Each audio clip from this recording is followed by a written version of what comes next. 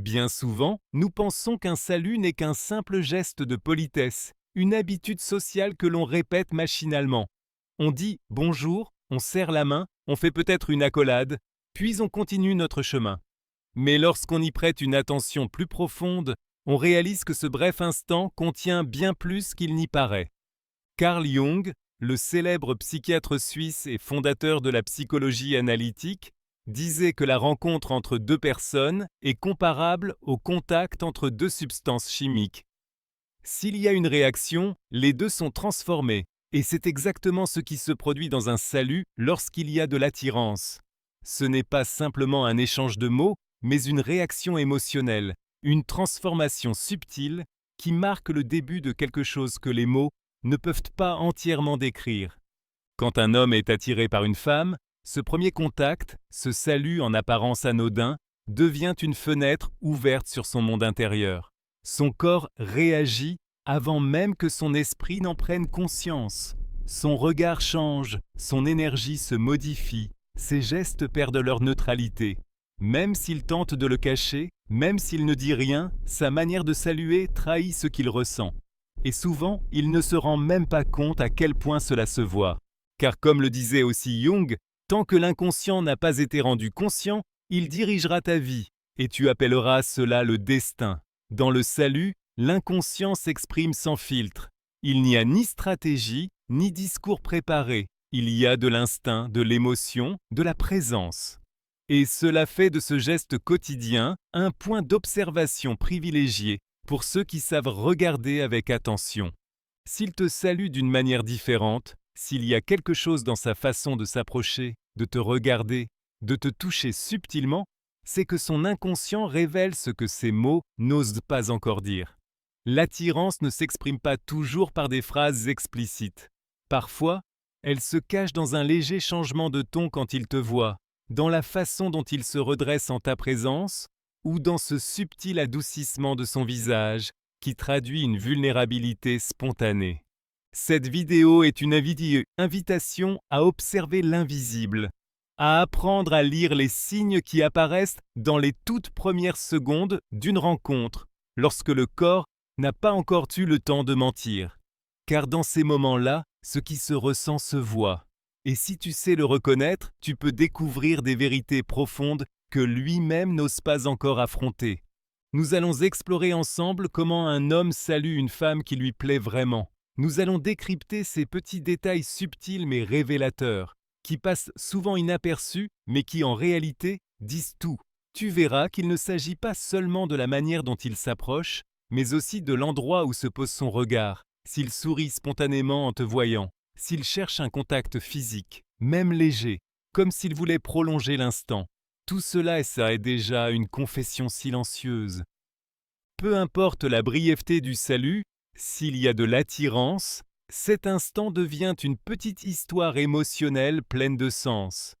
Et nous parlerons aussi de toi, car si tu ressens toi aussi quelque chose, tu peux transformer ce salut en une expérience émotionnelle inoubliable pour lui.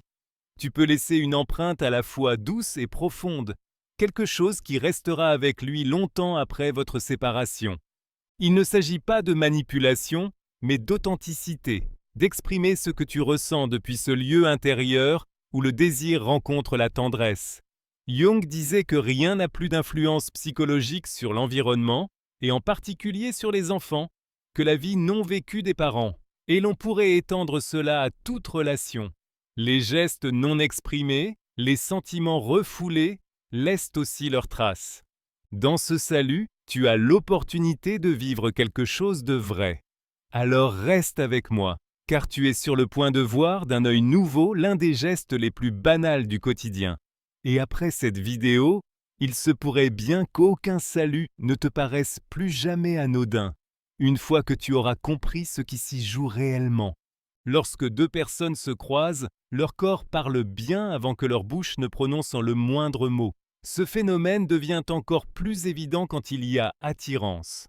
Un salut qui semble routinier peut se transformer en un véritable rituel émotionnel, où l'inconscient prend le contrôle et dévoile ce que la conscience tente de cacher. C'est précisément cette danse silencieuse entre le visible et l'invisible qui rend le salut si puissant. Carl Jung nous rappelait que la rencontre entre deux personnes est comme le contact entre deux substances chimiques. S'il y a une réaction, les deux sont transformés. Ce moment du salut est souvent cette étincelle initiale où quelque chose change. Lorsqu'un homme ressent de l'attirance pour une femme, sa manière de la saluer se transforme complètement, même s'il n'en a pas conscience. Sa posture change, son regard devient plus intense, son sourire plus ouvert, son ton de voix plus chaleureux. Tout son langage corporel commence à vibrer sur une fréquence différente. Il ne s'agit plus simplement d'un geste social, mais d'un instant qu'il souhaite prolonger, d'un effort pour capter l'attention de la femme, pour établir une connexion subtile, sans déclaration explicite, mais avec un message silencieux. Le salut devient alors une petite confession déguisée en courtoisie, un « tu me plais » implicite qui se glisse entre les gestes. Ce changement n'est pas aléatoire. Du point de vue de la psychologie analytique, les émotions refoulées s'expriment souvent à travers le corps. L'inconscient, selon Jung, ne façonne pas seulement nos rêves, il guide aussi nos actes quotidiens, souvent à notre insu. Ainsi, un salut apparemment anodin peut être chargé de significations plus profondes. Un léger contact sur le bras, une étreinte plus lente, un geste de surprise en vous voyant, ce ne sont pas des détails insignifiants. Ce sont des fissures par lesquelles s'échappe ce qu'il ressent sans oser le nommer. Dans ces premières secondes, avant même qu'une conversation ne commence, le corps a déjà raconté son histoire. C'est le moment le plus sincère de l'interaction, car il n'a pas encore été altéré par la raison, la logique ou la stratégie. S'il y a du désir, un véritable intérêt, cela se reflète immédiatement. Et c'est là que le salut devient un véritable outil de diagnostic émotionnel. Il suffit de l'observer avec une sensibilité accrue, avec une intuition connectée à cette réalité émotionnelle qui se cache sous l'apparence. Il est important de comprendre que tous les saluts ne se valent pas. Il existe une différence claire entre un salut dicté par l'habitude et un autre motivé par l'émotion. Dans le premier cas, les mouvements sont mécaniques, le regard est furtif, le corps maintient une distance de sécurité. Dans le second, tout change. Il y a une volonté de réduire la distance, un besoin de maintenir le contact visuel plus longtemps, un désir silencieux de prolonger l'instant. Cette transformation n'est pas une décision consciente, c'est une réaction émotionnelle automatique, déclenchée depuis un endroit très profond. Et si ce type de salut se répète, si chaque fois qu'il vous voit son corps adopte le même schéma de proximité, de sourire et d'ouverture, cela devient un indice fort d'attirance. Jung disait que les sentiments non exprimés ne meurent jamais. Ils sont simplement enterrés vivants et reviendront plus tard sous des formes plus laides. Dans ce contexte, on pourrait dire que ces sentiments cherchent toujours un passage pour s'exprimer. Et bien souvent, le salut devient ce passage. Le contexte joue aussi un rôle. Quand un homme vous croise dans un cadre inattendu, en dehors du travail, en dehors de la routine, et que sa manière de vous saluer change ou devient plus intense, cela en dit encore plus long. C'est comme si, vous voyant dans un lieu pour lequel il n'avait rien préparé, son corps réagissait avec une totale sincérité, sans avoir le temps de mettre un masque. La spontanéité, dans ce cas, est révélatrice. S'il sourit plus que d'habitude, s'il se rapproche, s'il cherche un prétexte pour vous toucher ou vous faire un compliment sur votre apparence, il est très probable qu'il ressente quelque chose qu'il ne parvient pas à cacher et qu'il ne souhaite peut-être pas complètement dissimuler, même s'il n'ose pas l'avouer clairement. C'est pourquoi observer la manière dont il vous salue n'est pas une exagération. C'est en réalité une façon de comprendre ce que son inconscient essaie de vous dire. Dans un monde où beaucoup ont peur d'exprimer leurs émotions de manière directe, le corps devient le canal le plus fiable pour détecter la vérité. Et quand on apprend à lire ces messages silencieux, on se rend compte que les émotions trouvent toujours un moyen de se révéler. Alors, la prochaine fois qu'il vous salue, observez attentivement. Regardez ses yeux, sa posture, le ton de sa voix, le temps qu'il met à vous lâcher la main ou à desserrer son étreinte. Car dans ce geste bref et banal pourrait bien se cacher le début d'une histoire encore non racontée. Et peut-être, comme Jung le croyait, que l'âme s'exprime à travers des symboles, tu comprendras qu'un salut est l'un des symboles les plus purs et puissants que nous ayons pour dire « tu comptes pour moi », sans prononcer un seul mot. Premier signe, il regarde attentivement tes cheveux. Il y a quelque chose de profondément symbolique dans la manière dont un homme observe les cheveux d'une femme, surtout dans les tout premiers instants d'un salut. Cela peut sembler anodin, un simple détail, mais c'est en réalité l'un des signes les plus puissants et les moins compris de l'attirance émotionnelle. Quand un homme s'attarde sur tes cheveux, il ne remarque pas simplement un aspect physique. Sans le vouloir, il révèle le point d'origine émotionnel depuis lequel il te regarde, car personne ne s'attarde sur un détail aussi personnel s'il n'est pas déjà touché de manière plus profonde. Les cheveux ont toujours été un symbole d'identité, de sensualité, d'expression personnelle. Les changer, c'est souvent envoyer un message silencieux de transformation, de renouveau, ou parfois un appel inconscient à être vu. C'est pourquoi lorsqu'un homme le remarque, et encore plus s'il fait un commentaire, il est en train de te dire bien plus que « Oh, tu as changé de coiffure ». Il te dit sans mots qu'il te voit, qu'il est attentif à toi, que quelque chose chez toi a capté son attention d'une manière particulière. Si, en te saluant, son regard se pose là, et qu'il te fait un compliment, on peut presque être certain que ce geste n'est pas un hasard. Ce comportement n'est pas universel chez les hommes. En réalité, la plupart ne remarquent pas les changements subtils chez celles qui ne les intéressent pas émotionnellement. Le cerveau masculin, tout comme le féminin, filtre constamment les stimuli. Seuls ceux qui résonnent émotionnellement franchissent cette barrière. Donc, s'il remarque une nouvelle couleur, une autre coupe, ou même une texture différente de tes cheveux, c'est qu'il t'accorde une place spéciale dans sa perception. C'est sa manière de se focaliser sur ce qui fait que tu es unique, sur ce qui te distingue. Jung disait que l'attention est une forme d'amour, et ce type d'observation illustre parfaitement cette idée. Regarder quelqu'un avec attention, remarquer les détails, être présent avec tous ses sens, ce n'est pas quelque chose qu'on fait avec tout le monde. On le fait quand une partie de nous cherche à se connecter émotionnellement. Et cela se reflète dans un salut d'une manière subtile mais extrêmement révélatrice. Au-delà du simple regard, la manière dont il le fait compte aussi. Si son expression change en te voyant, si un sourire accompagne son observation, si son regard se fait lent ou s'attarde quelques secondes de plus que la normale, cela signifie qu'il n'est pas seulement en train de remarquer, il est en train d'apprécier. Il cherche une excuse pour créer un lien, prolonger l'échange, exprimer de l'admiration, sans se dévoiler totalement. Faire un compliment sur tes cheveux est parfois une manière indirecte de te faire un compliment à toi, sans en avoir l'air. Et quand ce commentaire est accompagné d'un sourire sincère, d'un léger mouvement du corps vers toi, ou même d'un petit geste comme se toucher lui-même les cheveux, alors on assiste à une forme de synchronie corporelle qui n'apparaît que lorsqu'il y a un réel intérêt. C'est sa façon inconsciente de se rapprocher, de se refléter, de construire un petit pont émotionnel entre vous, depuis un endroit intime.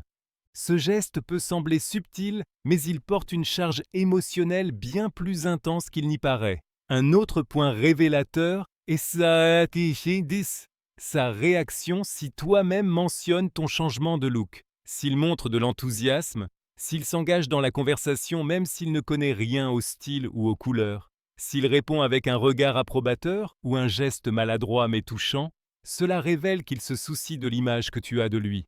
Car lorsqu'il y a attirance, on cherche à plaire, à montrer qu'on s'intéresse à l'univers de l'autre. En profondeur, c'est une manière de dire « Je suis là, je te vois, et je veux que tu me vois aussi ». Ce type d'attention se répète souvent. Il se peut que plusieurs jours plus tard, il reparle de tes cheveux ou qu'il évoque ton style d'une manière spontanée. Peut-être dira-t-il qu'il préférait l'ancienne coupe ou que ce nouveau look fait ressortir tes yeux. Peu importe son avis, ce qui compte, c'est qu'il a conservé cette image dans sa mémoire. Et cela, c'est une preuve silencieuse d'un intérêt sincère. Il a pensé à toi après le salut. Et cela, même s'il ne le dit pas, en dit long. Et si tu remarques que ce comportement est réservé uniquement à toi, qu'il ne le reproduit pas avec d'autres, alors tu tiens là une preuve encore plus solide qu'une émotion se déplace en silence sous la surface. Jung affirmait que rien n'influence davantage notre environnement que la vie que nous n'avons pas vécue. Peut-être que cet homme n'a pas encore exprimé ses sentiments, mais dans ce salut, son corps commence à les vivre, Car regarder tes cheveux n'est pas qu'une appréciation esthétique, c'est une expression symbolique, une marque d'attention émotionnelle, un signe silencieux qu'au moins pour un instant, il te regarde avec des yeux qui cherchent à te comprendre, à t'admirer, à se souvenir de toi, et peut-être à rester un peu plus près. Deuxième signe, il sourit et lève les sourcils en te voyant. Il existe des réactions corporelles si instantanées et authentiques qu'elles échappent complètement au contrôle conscient. L'une des plus révélatrices, lorsqu'il s'agit d'attirance, est ce sourire sincère accompagné d'un léger soulèvement des sourcils au moment précis où une personne nous aperçoit. Dans ce geste furtif, souvent imperceptible à qui ne sait pas observer, se cache l'une des manifestations les plus honnêtes du désir émotionnel. C'est un signe qui vient de l'intérieur et sa spontanéité lui donne une puissance psychologique énorme. Lorsqu'un homme est attiré par une femme et qu'il la voit arriver, son visage réagit avant même que son esprit ait le temps de réfléchir. Ce sourire qui se dessine sans effort, cette ouverture des sourcils qui ne dure qu'une fraction de seconde, sont des réponses directes du système limbique, la partie la plus émotionnelle du cerveau. Il n'y a ni stratégie ni intention. Cela se produit tout simplement. Et comme le disait Jung, l'émotion non exprimée ne meurt jamais. Elle reste tapie dans l'inconscient et finit par ressortir d'une manière ou d'une autre. Mais dans ce cas, elle n'a pas besoin de se cacher.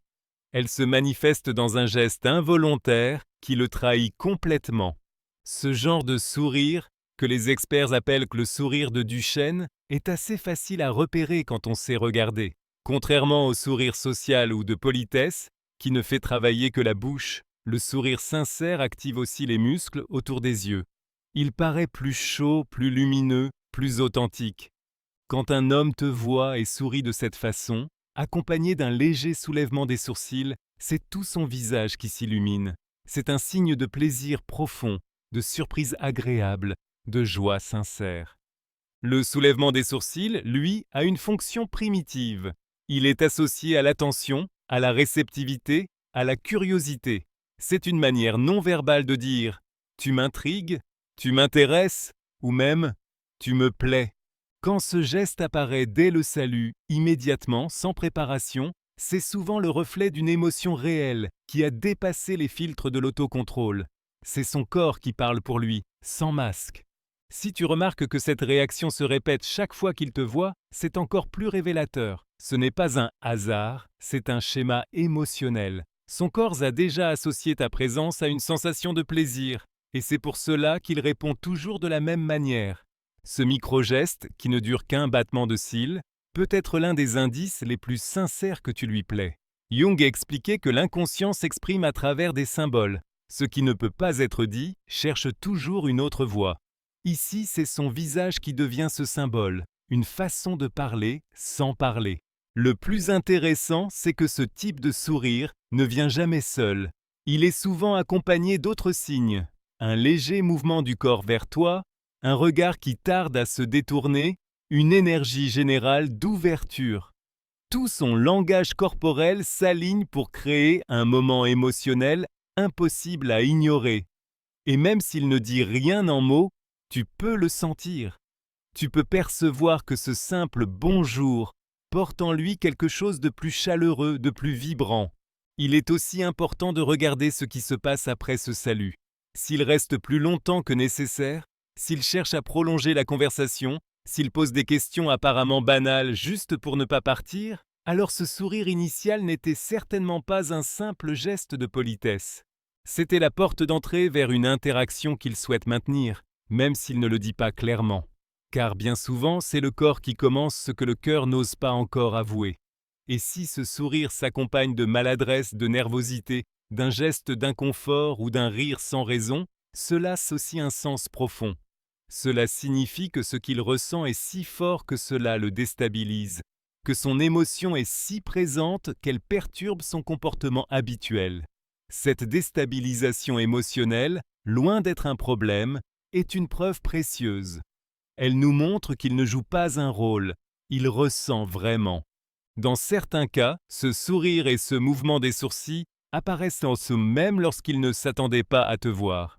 Et dans ces moments spontanés, sans préparation ni anticipation, sa réaction est encore plus authentique. Si son visage s'illumine, si son langage corporel change immédiatement, si tu remarques qu'il devient plus réceptif, voire plus vulnérable, alors tu peux être certaine que ta présence a un impact positif sur lui.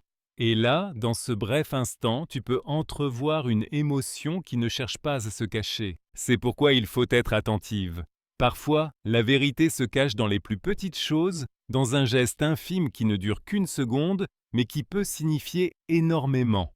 Car, comme le disait aussi Jung, la petite chose que tu fais peut être plus significative que la grande chose que tu prévois de faire. Et ce petit geste, ce sourire spontané avec les sourcils légèrement levés, peut être le début de quelque chose de grand. Peut-être qu'inconsciemment, ce geste te parle déjà de la place que tu occupes dans son monde émotionnel. Troisième signe, il cherche un contact physique subtil mais significatif. Certains gestes n'ont pas besoin de mots parce qu'ils parlent directement à travers le corps. Dans le langage de l'attirance, le contact physique est l'un des langages les plus anciens, les plus puissants et les plus sincères. Lorsqu'un homme est attiré par une femme, il est fréquent que son corps cherche une proximité à travers de petits gestes. Une caresse discrète, une étreinte un peu plus longue que d'habitude, une main qui frôle un bras au moment de se dire au revoir. Même s'ils paraissent anodins ou innocents, ces gestes contiennent une charge émotionnelle rarement exprimée par des mots.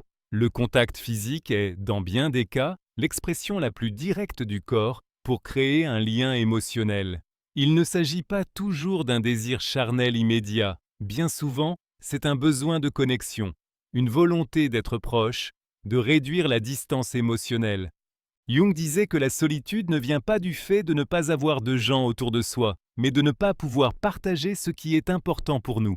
Ce type de contact n'est donc pas seulement peau contre peau, c'est un moyen de communication silencieuse, une tentative de dire « Je suis là, je veux être près de toi ». Quand il te salue et qu'il profite de ce moment pour te toucher de manière subtile mais significative, son corps agit avec une intention émotionnelle. Peut-être pose-t-il sa main sur ton épaule en parlant, ou t'enlace-t-il avec un peu plus de chaleur, plus longtemps, plus intensément.